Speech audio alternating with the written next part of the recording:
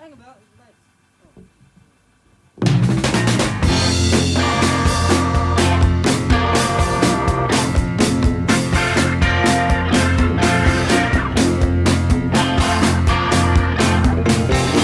Well, hello, Crashing Podcast, and today I am joined by Andy out the band Turning Black Like Lizards. Hope you all enjoyed the last episode I done with Sam Redmore talking about his Tropical Soundclash All-Stars band. It was certainly a great episode and a bit different to the usual podcasts like the musicians I get on. And it was a really good response to it, and thank you for listening to that podcast and get listening to his music. He had some good stuff, and his latest track is absolutely brilliant with Sanity. Thank you for watching that podcast. And I'm starting a new thing for the podcasts, as I've got nothing on a Sunday anymore, and I think it's better to put on Crashing Podcast and upload on a Sunday, because obviously Sunday is one of those days when no one's busy, and Saturday's the day when everyone's busy. So as I've got no radio show on Sunday at the moment, I'm gonna upload my stuff on a Sunday, and it's something for you guys to do whilst you're bored, something for you guys to listen to. So today I am joined by Andy Black out the band Turning Black Like Lizards. We'll get talking about their most recent single that came out and their upcoming album, which is very exciting. They're a local band, Wolverhampton band. And he gets talking about his bands he's been in the past, and how the name Turning Black Like Lizards come about, and how he's got a fantasy version of the story or the real boring story. So he tells us both stories, and it's pretty cool, man. I hope you all enjoy today's podcast, and I'm going to be playing some of their music on the podcast, live footage and more. So I hope you enjoy.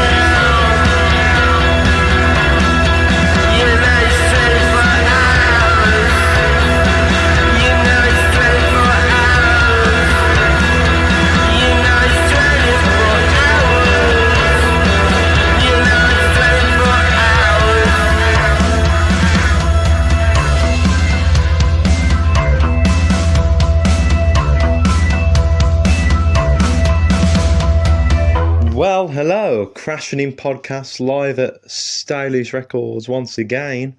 Today I'm with Andy out of the band Turning Black Like Lizards. You want to say hello? Hello. And do you want to talk, before we go through with any more questions, do you want to say the members that are in the band as well, like, and what they play in the band? And that? I really think that they sort of get, from my point of view, they get enough exposure as it is, sort of thing, really. But no, joking aside. Yeah, we've got a local hero who plays the drums for us, a guy called Sharp, who some of you may remember one of the bands that he was in, Head of David, who were one of John Peel's sort of favourite bands. That phrase back in the day, as it were. Our guitarist Darren, I was in a band with years and years ago, and Stu, our bass player from this wonderful city of Wolverhampton. Oh, nice. He was in a band recently with Sharp, as it were, sort of thing. So it all fell into place. Yeah. So, do you want to talk about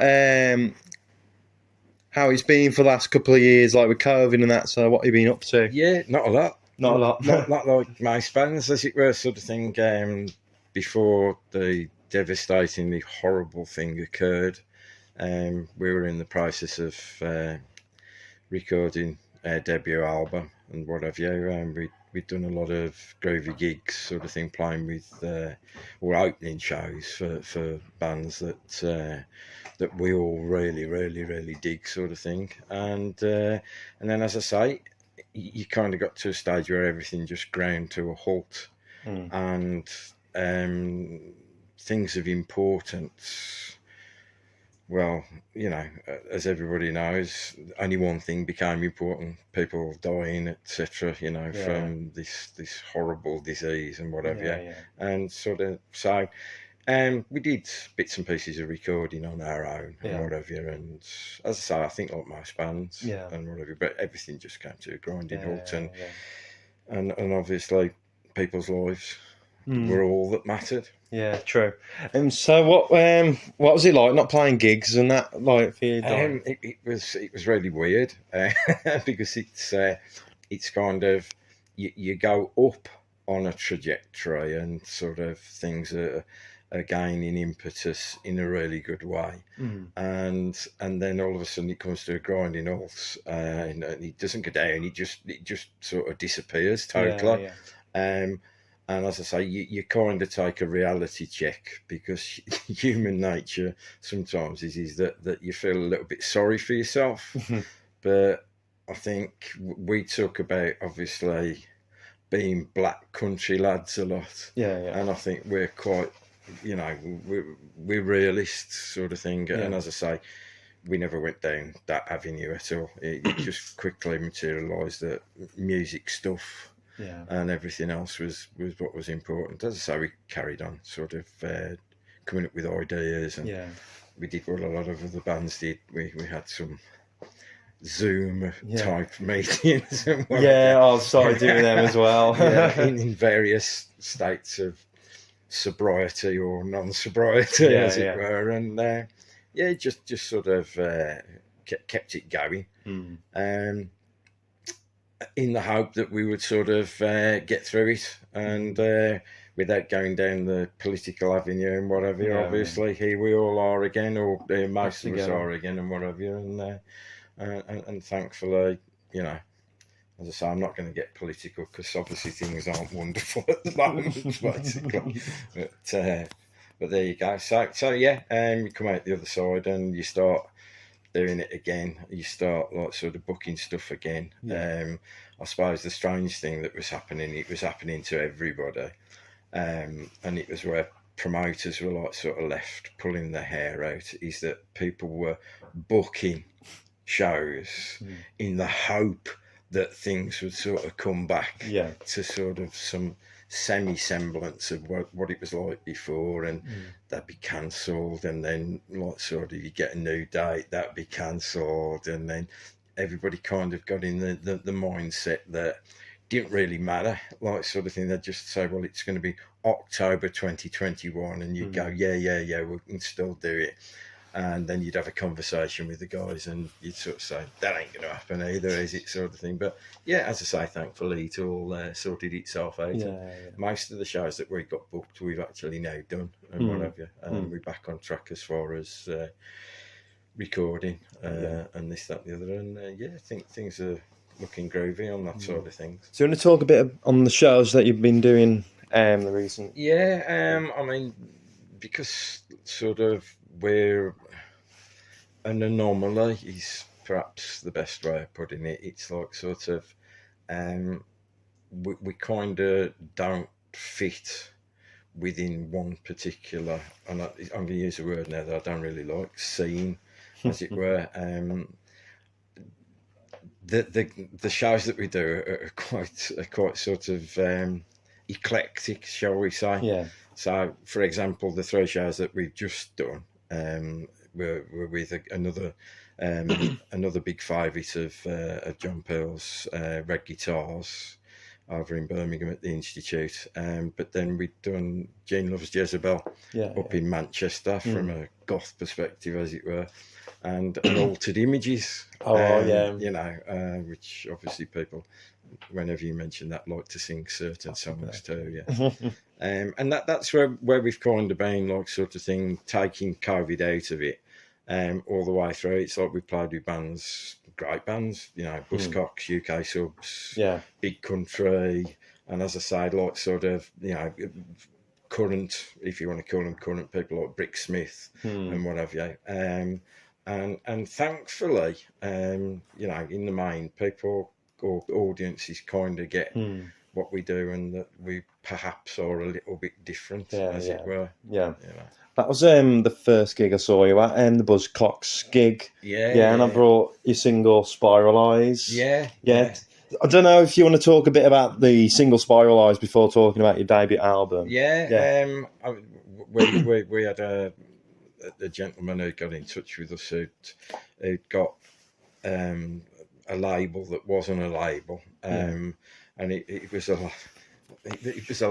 label or a labour of love, Colin, and he'd done like sort of various things over the years, mainly in the Midlands, but sometimes a little bit further afield. The last band that he'd worked with were guys who'd been in a band called Young Marble Giants, and he got this ethos that what he wanted to put out was what he liked, rather than sort of just have people sending stuff in, blah blah blah. So he kind of found you rather than vice versa, and as he very kindly sort of put the single out. He had decent radio airplay. We ended up on BBC Radio 6 with Mr. Lamack and what have you, and it was really well received, sort of thing, by all of our peers and what have you. And as I say, sort of the recording process went on from there, and then without boring everybody inside, then suddenly it stops again, sort of thing. So we'd gone on an upward spiral. Excuse that sort of things as far as that's concerned. I mean, there's a funny thing with the record, because people sort of say nothing's ever straightforward and what have you. People who bought it, that they thought that they're all limited edition mispressings, because the company had actually pressed the labels the wrong way around. So you've got kind of an enigma as far as that's concerned. I can't say that was our idea, because it just simply wasn't the case.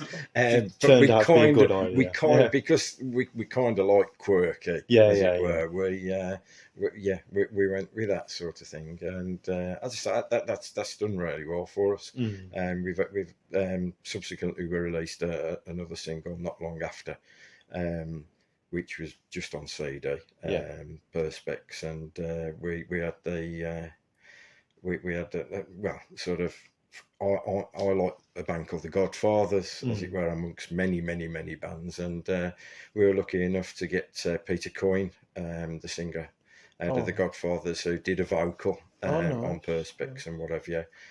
We got a really nice video for it, done by a friend of ours called Tony Potts, who is a genius.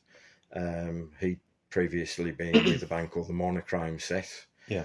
Again, talking about John Peel, another one of John Peel's faves who are still about, and he did a really, really good a good video for us, which is on YouTube, as ever, sort of thing. And yeah, that did okay as well, and that was when everything really did sort of grind to a halt. Not long after that, sort of thing. But you know, not to complain, as we say around these parts. So, like, still on the subject of Spiralise, was that your first single released with the band? Like, we'd done something previously, and it was a freebie, and there weren't many of them sort of dished out, as it were. It's like if you look at Discogs now, you've got the 2 releases on Discogs, and people quite often get in touch and sort of say, "Have you got anything that's like sort of really rare that we can buy or whatever?" Yeah. And this CD does exist, and I might have a couple of them, as it were, but nice. we're not that that sort of band. Basically, I ain't going to sort of stick something out there and just say this is blah blah blah and whatever. But so in effect, it was the first sort of physical release that we'd done and whatever. And we're lucky enough to have a 5th member of the band, Mark Neat, who has his own studio. He plays live with us occasionally. He played with us when we were out for the Cravats in Derby not so long ago, as it were. And as I say, he's like sort of, he looks after the technical side of all of that and whatever. And we do really like sort of value him as an extra member of the band. We're lucky in that way. We're in the vicinity of Mr. Ian Stayloose Records, as it were, and one of his best buddies, another local band hero, has played with us on a couple of occasions, Mr. Glenn Dodd from the Sand Kings as well. It's like we've always liked the cooperative feel about that, like sort of thing. You know, it's nice to have sort of people with you, you know, and as I say, you know, that's something that we intend to continue with, basically. Cool. So before talking about your debut album and stuff like that, I want to talk a bit of history about the band and that, but even before the band and that, like, so can you recall the first time you ever got into music, and what was the music you was into and that? There you go. Fortunately, and it's always nice to get things off pat, as it were, rather than sort of as if you know what's going to be asked beforehand. I was lucky enough to I'm lucky enough to have a parents that were into music. Cool. So there was always, like, from the age of 4, 5, 6 years of age, there was Beatles records knocking about the house and whatever. And I was given dispensation to mess about with a record player and whatever. Mum and Dad always went to like sort of gigs and like sort of thing. So it just generated from there. My dad was a good singer, actually. He always used to talk about doing it in some professional way, shape or form, and then never did it, as it were, sort of thing. But you know, bless him, and sort of, and as I say, I mean, my history is that I've been with like sort of a number of local bands over the years. I say local, obviously. I haven't moved out of the area. They played all over the country in late 80s, 90s, etc. Bit of a gap because I went into another sort of music genre, shall we say. And I was a bass player, so I'd never really done singing as such. And some people would probably say I still haven't. But we were lucky enough in the bands that myself and Darren, our guitarist, were in, were to come into contact with a guy called Si FME and another guy called Ian Humphreys, who got a rehearsal studio in Stourbridge.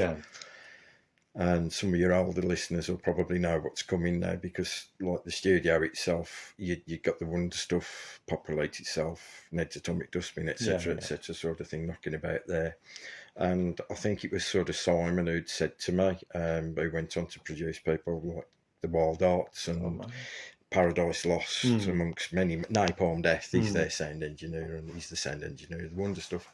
And I think he was the first person that said to me, he said, "You really ought to have a crack at the sort of singing. You ain't got a bad voice, like, sort of thing." So I'd always fancied it. And then eventually we got round to it and whatever. But those were really good days. I mean, it's like you got like the Poly and University circuit that you get up and down the country with and what have you. And myself and Darren's band, we always used to, well, we can still laugh and joke about this. Our claim to fame was that the Manic Street Preachers supported us. Oh, man. At a gig at Swansea University, sort of thing. And I mean, I wonder what ever happened to them. Yeah. You know?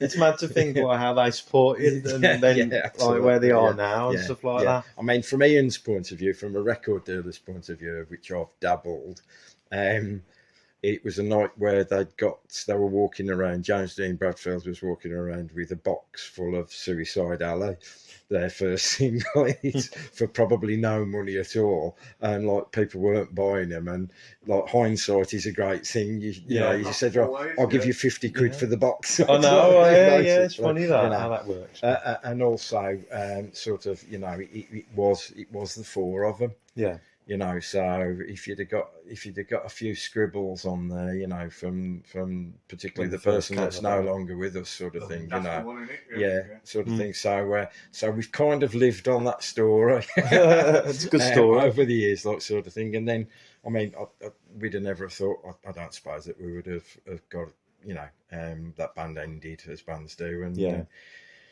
years later, obviously, we're back doing it and whatever. What was the single called? What was the single called? Suicide Alley. It's worth quite a lot of money, particularly. I think there's a version where I think they've got a version basically where there's a leaflet with it or something like that, which I think they got that like sort of thing at the time. You know, and whilst all this was going on, as I say, like sort of Sharp, our drummer, was touring the world, really, like sort of thing, with Head of David, and certainly in the States. As at a young age and whatever, like, sort of thing. Stu is a lot younger than us, obviously. He comes onto the scene a bit later on, as it were. But that's kind of our background, really, from a music point of view. So back to Turning Black Like Lizards. What would you say is the difference between, like, with music-wise, with your other bands and stuff like that? I think it's age, to be perfectly honest, because I think as you get older, other people sort of say this, stuff that you didn't like when you were like younger, you like now, and it's like you hoover stuff up, don't you? And it's like, so therefore you're you know, what you actually listen to genre wise is much wider than probably would have been as a kid.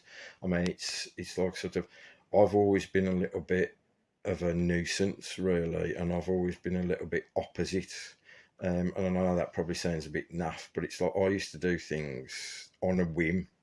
So if all of my mates were buying Sisters of Mercy album, I would go and buy an ABBA album. That's literally me, that is. I've got all the hair, and I look like a goth, and I look like a punk and what have you, but there was just something because it's popular. Programmed in me that I just think, I'm not buying that because they're all buying it. I'm exactly the same though. I am like still like it's like that. I just don't like what everyone else likes. Sometimes it's not until later on when you're like, oh god, they're actually quite good. I mean, I'll live to regret it on a couple of occasions. I mean, we used to catch the bus from school. And what have you, if you're lucky enough to have pocket money when certain albums came out. And again, bringing Ian into it from a record dealer point of view, the Stranglers had an album called The Raven, and it had a limited edition 3D sleeve, basically, with a picture of the Raven on the front. And everybody bought that. and I'm not going to tell you where I bought. As it were. But we got back on the bus, and everybody got the records out, and obviously they were all looking at the same album, but going, "Oh, look at that, man!" And like one of my mates said to me, I'll never forget. He says, "Why aren't you looking at yours?" I sort of said, "I haven't bought that." And I said, "Pardon?" I said, "I haven't bought that." "What you bought?" And I was going, "No, leave it." That sort of thing. And I live to regret that. Yeah. I've got it now, but I think it cost me about 30 or 40 quid a number of years ago, like sort of thing. So, but yeah, your influences grow. I mean, my influences are sort of, in the main, I love stuff like Velvet Underground, MC5, Jason Mary Chain, Black Rebel Motorcycle Club, and what have you. Which sort of, when people say, "Well, what's only Black Like Lizards like?" people say they're a bit like that, which is nice from my point of view, and an honour.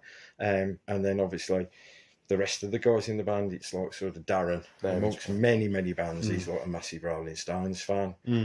Sharp, loves like sort of post punk, but he likes 60s stuff in the main, but he really digs bands like Wilco and like sort of that southern rocky sort of scene. And the same with Stu, and Stu's like introduced me to bands like Band of Horses and sort of stuff like that, which again, when you put it all in the big soup bowl, what you end up is what you end up with, like sort of thing. So and that's the way we write as well. We write as a collective, but we write individually, then sort of, without going down the muso nerdy route, we just expand from ideas and what have you. It's like I heard from someone on an interview before. They said you have your inspirations and that, and you kind of try and go with that type of vibe and that. Yeah. But then you end up making your own type of genre and sound in many ways. Yeah. Well, I mean, it's sort of, we like pop music, sort of thing. So I mean, it's like Sharp will sort of say, like, last night we were in the studio, and you send you a text message and saying, "Are you guys ready to go and make some pop music and whatever?" Some people might get the wrong idea as far as that's concerned, like sort of thing. But I've never really got people that sort of will say, "Oh, I really like so," but that single that got into the charts, well, that was nothing like them, sort of thing, you know, and things like Sold Out and whatever, which is, everybody has their own opinion, blah, blah, blah, and whatever. But why do you have to follow a formula, and why does it have to sound like sort of similar? And I mean, it's like one of my favourite bands, again coming back to the record thing, one of my favourite bands is a band called Loop, who've recently released an album after 38 years, and sort of people were saying online pretty negative things about the fact that it doesn't sound like Loop used to sound. Music is subjective, it's open to people's perception and whatever. It's a brilliant album. I know it's brilliant because I bought it 4 times, as it were. And it sort of, you get to a situation where you're looking at stuff from bands that you like that people are saying, and they're becoming a no-win situation, because Ian's going to nod when I say this now. If people say that it doesn't sound anything like Loop from 38 years ago, if they produce an album that sounds exactly the same as Loop 38 years ago, some people then are going to say, "There's no point in me having this. I can just listen to the album." Exactly, sort of thing. And from an artistic point of view, you're actually there. Yeah, okay. I don't. From a narcissistic point of view, people, whether they're like sort of artists, as in painters and whatever, or musicians or whatever, you do it in the hope that somebody else is going to get it, like sort of thing, like it or whatever, as it were. But the artistic element there is that really, surely you've got to be true to yourself, as it were, sort of thing. So it's like, and again, it's like when people sort of criticise others and whatever, I've always been brought up along the lines of, is that it wouldn't do for everybody to like the same thing at the end of the day. Like, Do you know what I mean? what did John Lennon say? He said, "I don't want to be playing Still Love You when I'm 50." No. Yeah. And again, from Ian's point of view, if everybody liked the same thing, you wouldn't have to have this lovely shop here and what have you. You'd just have like sort of, you could stand outside with a box of records of the artists that everybody likes, and you know, that would be that like sort of thing. And again, that's like sort of, I've always found it interesting to bring in elements of stuff. I mean, it's like sort of people will sort of say, what does original mean? Well, in music, probably, without stirring a hornet's nest, probably nothing's original now. We chatted before about a radio show that I used to do like, a while ago, where it was avant-garde metal and whatever, and people record drills and whatever, and listen to a drill for 45 minutes. So, like, sort of, you can't even sort of say from an originality point of view that, okay, well, perhaps if I go and record the workman down the road digging the road, somebody's done that, ain't they? At the end of the day, like sort of thing already. You want to try do something that's like new, like not Yeah. done before? Yeah, you do. And it's like, as I say, I think you do it as most people do anything in life. If you're gonna do, he's an old black countryism again, I suppose. Really, if you're gonna do something, like, do it properly or not at all, like sort of thing, you know. And I've always said, like, if nobody likes it, that's okay, right? But it's not okay if you don't like it. If you're producing an artistic form and you think, well, I don't like that, like sort of thing, then if you do it again and you don't like it, and again you don't like it, then something's wrong there.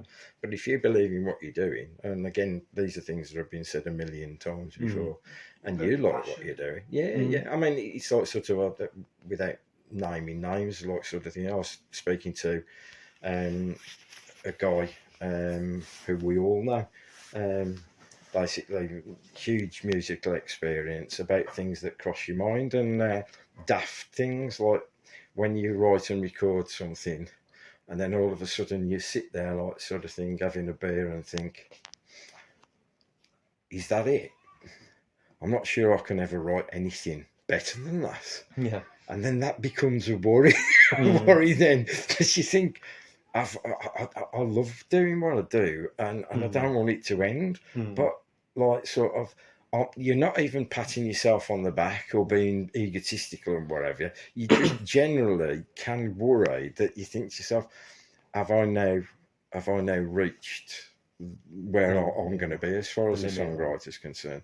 And then generally, not long after, you think to yourself, oh, no, that's the passion involved in it, and you strive to get better and better and better and better. You know, it's like the old adage of, like, sort of, I'll be diplomatic now, when you get over the age of 40 and you bump into people from your past, they'll sort of say, oh God, you're not still doing that, are you? Like, sort of thing. Where do you think you're ever going to get with that and whatever? I mean, that's not really the point at the end of the day.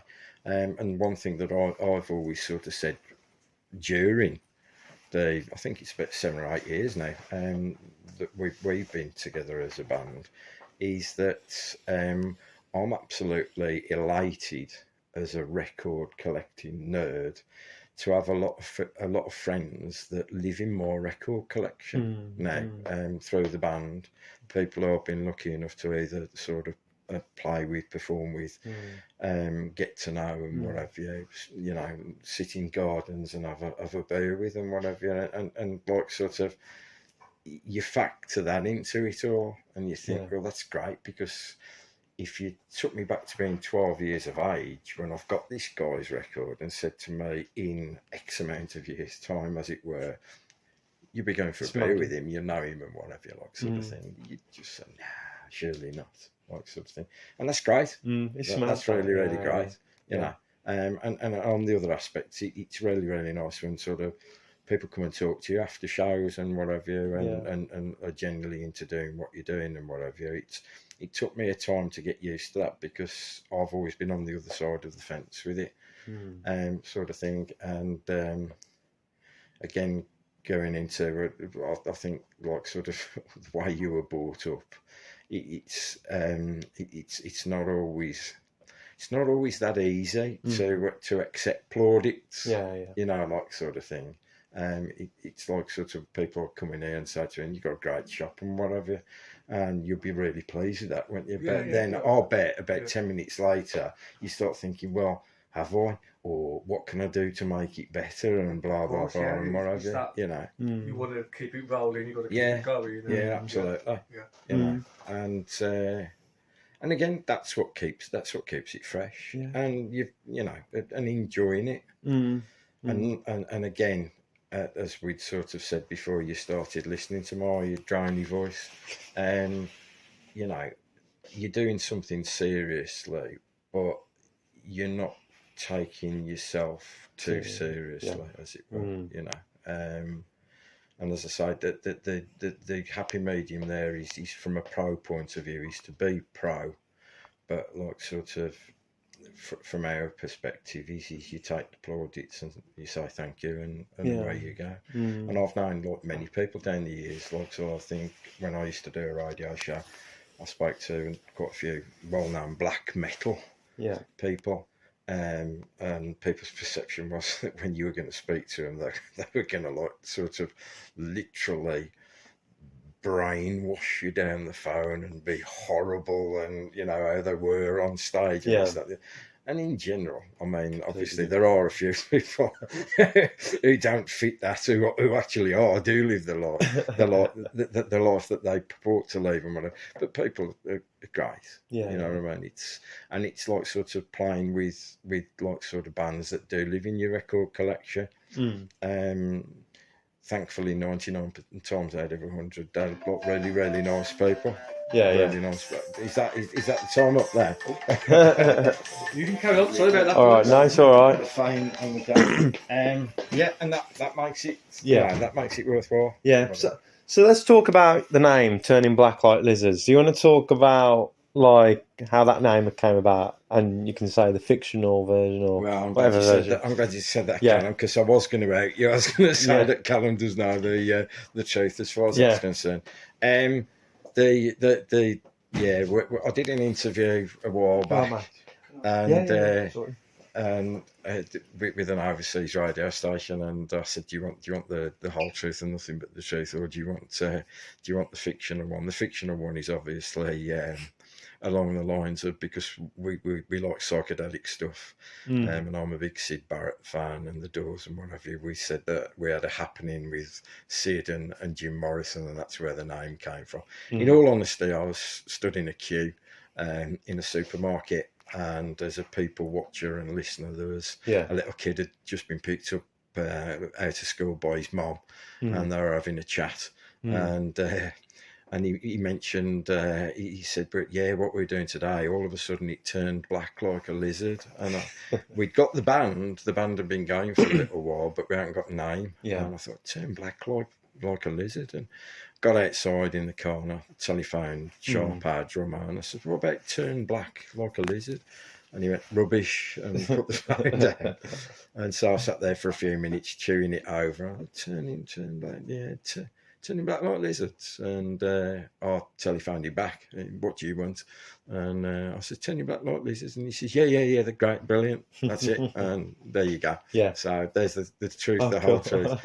We just didn't want to be called the something, to be perfectly honest. No. Sometimes it's a bit samey. Absolutely. I've got hundreds of bands in my collection who've got the something. I've got nothing against it at all. But we just wanted it to be a little bit sort of a little bit different. Yeah. I mean, some of our mates have got there in it, and we're a bit different, like the Mighty Lemon Drops, as it were. Oh, yeah. They're local to me, they are, Lanesfield. That sort of thing, and what a good bunch of lads they are, that sort of thing. Hopefully there'll be future guests. Like, I've been getting in contact with them. My mum happens to know the wife of, like, the singer of the band, I think.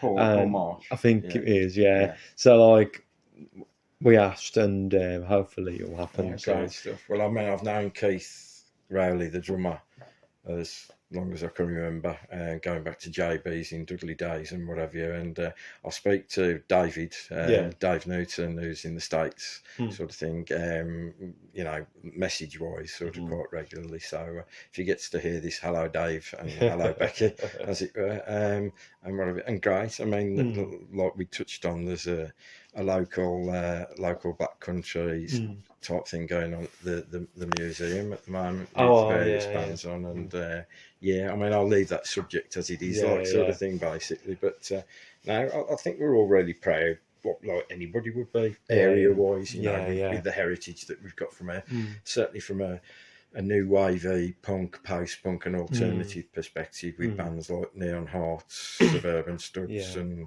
and the like. I mean, absolutely, and like Paul Raven obviously played with the Neon Hearts and whatever you like, sort of thing, and I've always been proud to come from the Black Country and Dudley and whatever you like, sort of thing. And great club in JB's that we had. Oh well, but back to the name of the the name of the band. Yeah. Do you want me to tell you the third story there? I don't know. I was just saying what I love about the name. It does have that psychedelic feel to it. Yeah. I think it was like sort of people had sort of associated the Lizards bit with the Lizard King and Jim Morrison, and no, that hadn't sort of come. That was just sometimes things are just a happy accident at the end of the day, and it's sort of. I'm not even going to say it's sort of a memorable name, because sort of if people haven't heard of us, they say, what's the name of your band? You turn back like what? Like sort of thing like that. But I think it's kind of, once you've heard it and you know it, you might remember it, like, sort of thing. Like, I haven't forgot it, but like, I don't know. I guess for someone that's new to it, it's probably like, but. We've just bumped into somebody, haven't we? Who'd never heard us, but knows the name of the band, basically. Yeah, it's mad, that, isn't it? Which is like sort of really good and whatever. And he's doing some lizard sounds, wasn't he? Yeah, certainly. Yeah, brilliant stuff. But then that gives a bit of a psychedelic feel as well. Like, absolutely. So, like, you were saying that you like sounds like that when it comes to. Yeah, I mean, I've always been into like sort of. The other guy from sort of the studio that we used to rehearse in, I'm not going to say back in the day, but with Darren and myself's band, and there's a guy called Ian Humphreys, and I used to do Weird and Wonderful recording with him, and manipulating sounds and whatever. So I've always been into that, and it got me into like sort of got me into trouble. Like it didn't really. I ended up like sort of. Doing stuff, as I say, with the radio station that used to like put sort of drone black metal and that and whatever. And it's just something that I find interesting. Same. And the same with lyrics, about manipulating words and whatever, like sort of thing, and phraseology and people's perception, like sort of thing, if they know what the lyrics are of what they mean to them. I find that quite interesting. That I really don't think that it's important that people know what your lyrics mean, as long as better like that as well. And if they like what you're doing, and that they get the lyrics, as it were, they know what you're singing about, but come to their own perception, then it becomes your own, rather than like sort of thing. I'm going down the hippie avenue now, aren't I? Yeah, but that's like a band I absolutely love. Yeah. And the lyrics on their tracks are just so like weird. You don't know what they're singing about and that. Yeah. Just like kicking snot against pants and it turns to crystal, stuff like that. Okay. So I love stuff like that. But then again, we like weird sounds in albums. Like band, like I love the 60s because that's where that all come in really. And I love the likes of Frank Zappa and that because he's famous for weird stuff like that, and Captain Beefheart and all that. Like, well, I think what happens is that because obviously we lived in such a, dare I say, clinical environment, as it were, like sort of, and again, bands and artists do what they need to do from their own perspective. So don't think I'm getting at anybody, because I'm not. But it's like sort of with the advocate of backing tracks and what have you.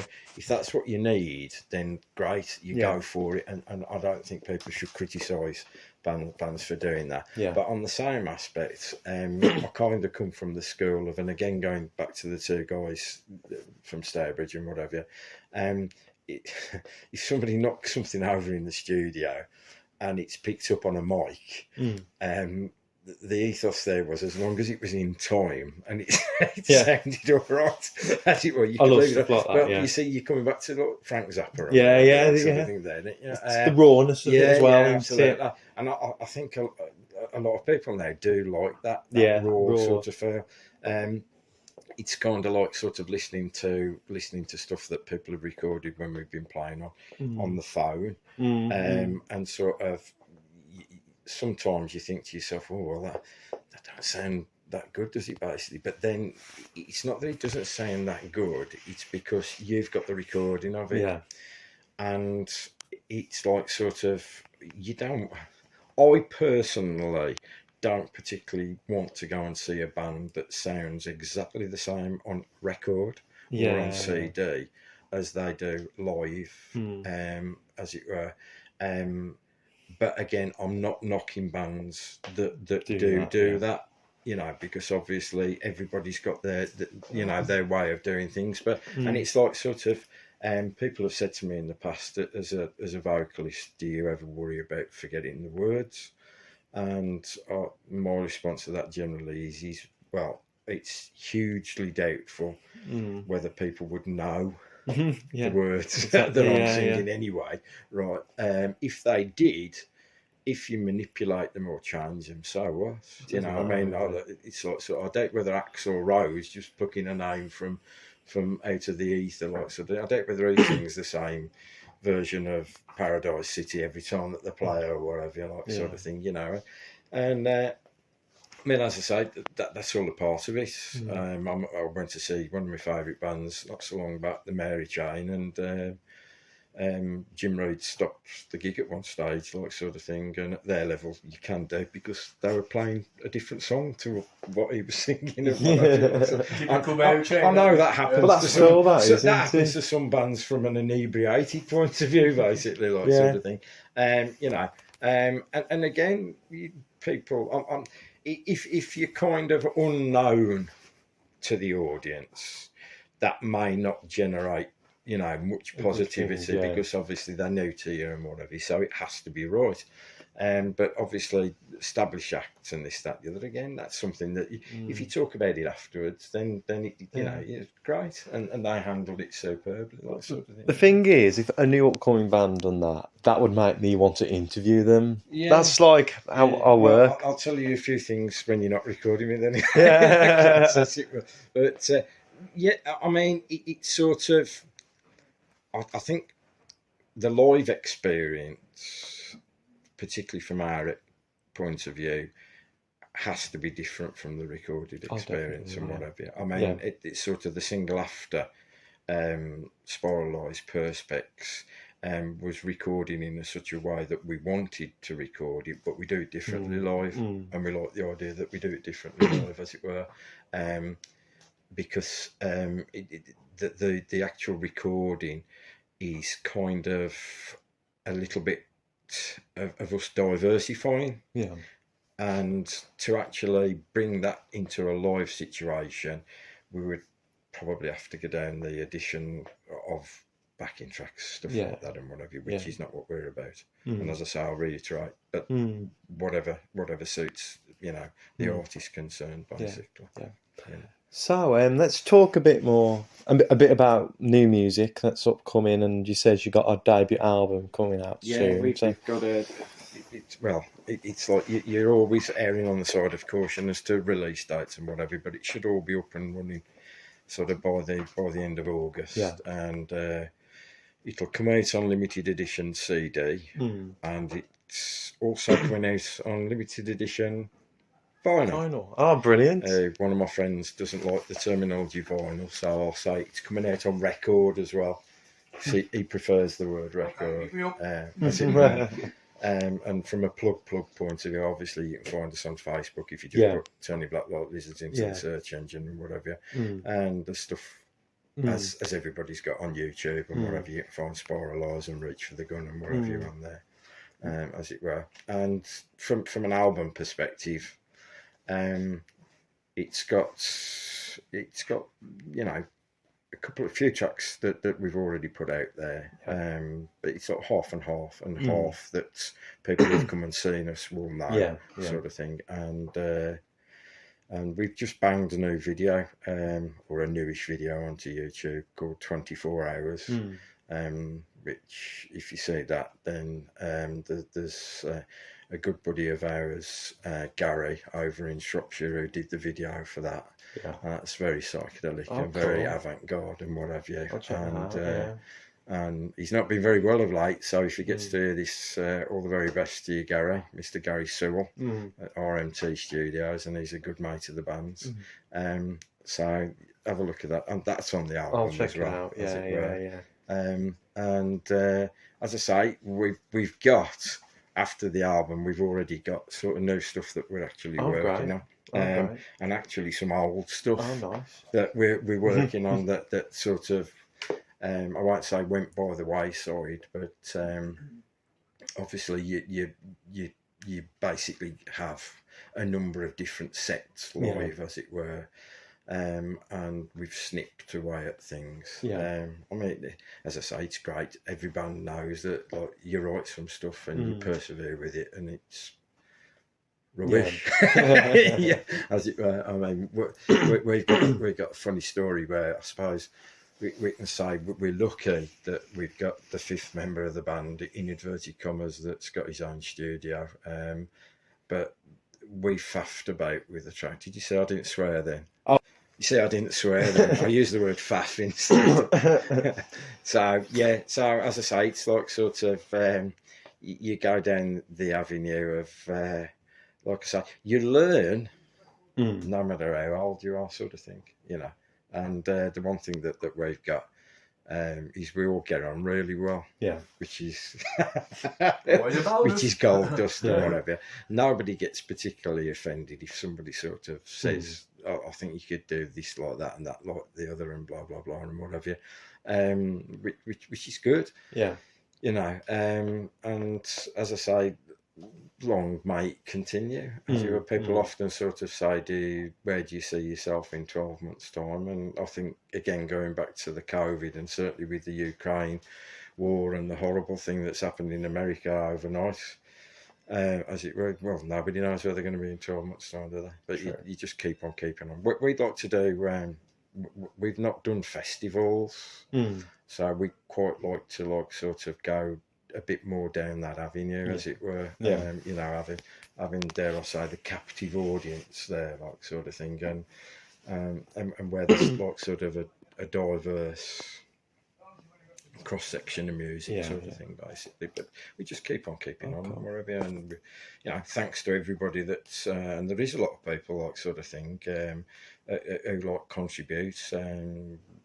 Don't like to do the fan thing, really, because the like sort of thing, doesn't matter whether you're in Japan or Melbourne, Australia, or wherever, you're all like buddies of the band, basically, and that's our way of thinking. We've got sort of a nice little following around the UK and whatever, and yeah, we've been lucky enough to deal with some really cool promoters. We've got a situation that we've played in a place called the Westgarth in Middlesbrough a couple of 3 times, with like bands like the Membranes and the Cravats and whatever. And Stephen up there generates, without knowing it, very much a JB's Dudley-esque type thing, basically. And you know, there's quite a few people.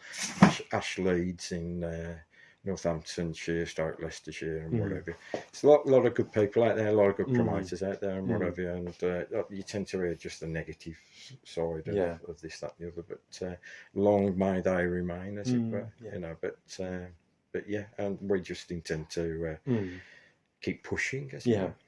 So we're near to an end of the podcast.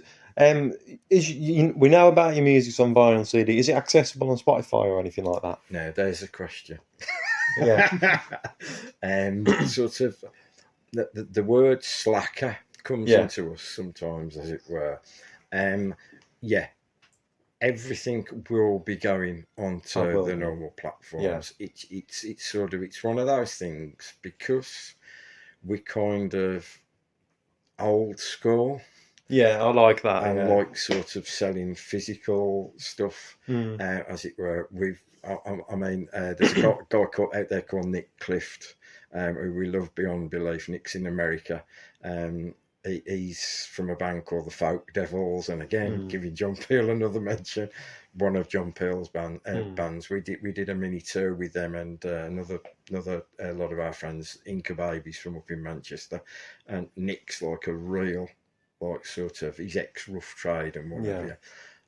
And he literally kicks our asses, like the fact that we're not on the platforms that we should be on. But that's going to be sorted. And I feel like that makes you a bit more like different to other bands if you're not on platforms. It can be detrimental, Callum. With that, the only problem is that what we've come up against recently with the recent gigs is that from a merchandise point of view, we've had a lot of people looking to pay by card at gigs. We haven't got one of those machines, like sort of thing.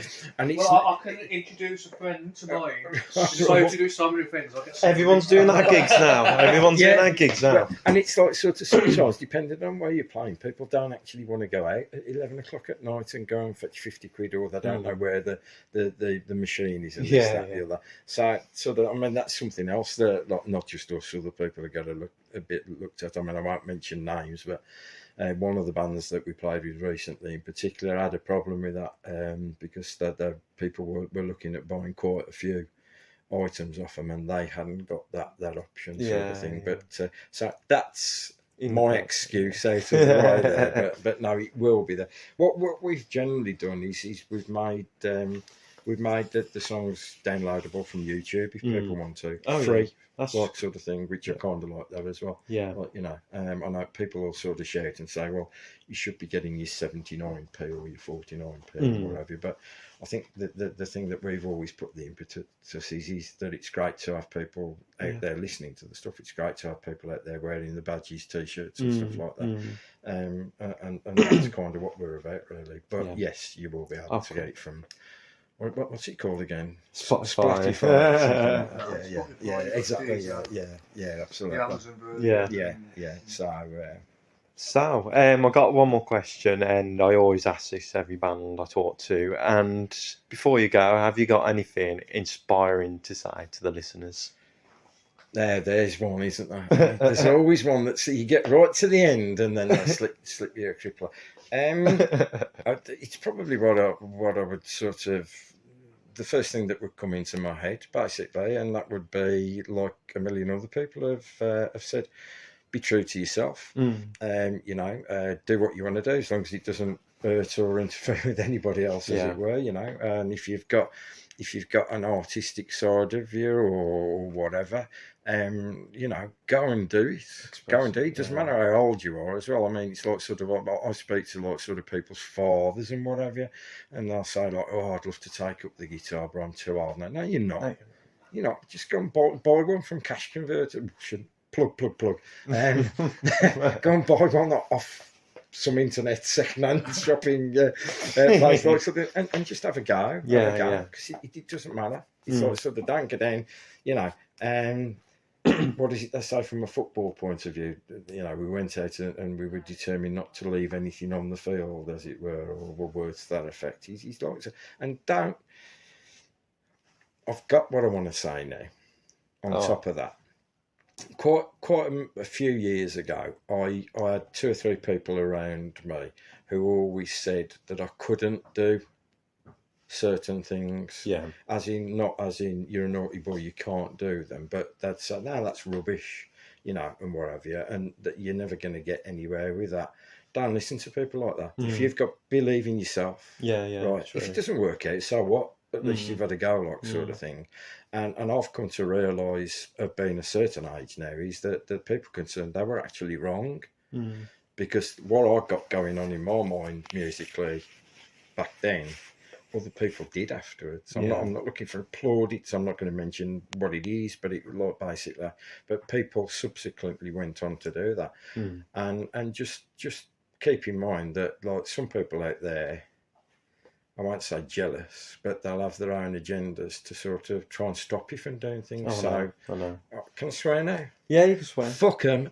Go out there and do it, basically, and take no notice. You'll feel a lot better, man. Yeah. Thanks for joining me for a podcast, and it's nice to talk to you. Sorry about the bad language. Oh, it's all right. That's what we look. That's what we look for. Brilliant. Thanks so much for the invite, Callum, and all the very best for the future. Right. Thank you very much. Take care. Cheers.